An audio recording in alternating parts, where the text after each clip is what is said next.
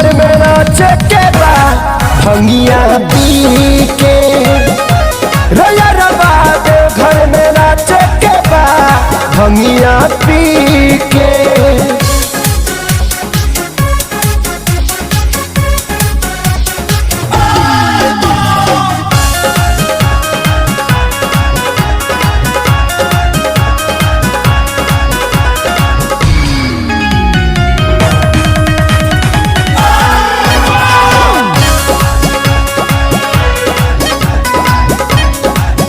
शासन प्रशासन केहू नहीं रोकी बाबा के ई परसादी है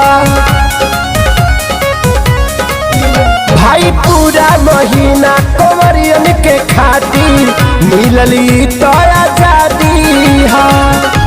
भोला के भक्ति बिना का करे बजी के भोला के भक्ति बिना का कर बची के रैया रबा देव घर में नाचे के बा भंगिया पी के रैया रबा देव घर में नाचे के बा भंगिया पी के।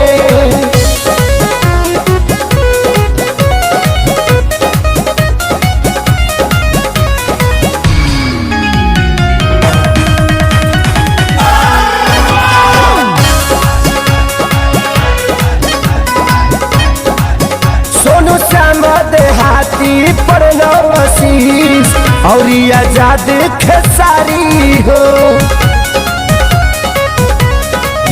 भाई दारी बिछा के डीजे लगा के नाचे सभे बारी बारी हो।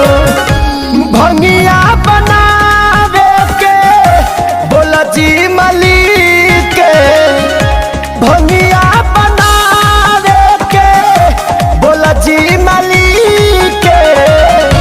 रैया रबा देव घर में नाचे के बा भंगिया पी के रैया रबा देव घर में नाचे के बा भंगिया पी के। हेलो फ्रेंड्स, तो फ्रेंड्स मेरा वीडियो आप लोगों को कैसा लगा? अगर मेरा वीडियो आप लोगों को अच्छा लगा हो तो प्लीज़ लाइक और नीचे कमेंट करके जरूर बताइएगा ये मेरा वीडियो आप लोगों को कैसा लगा।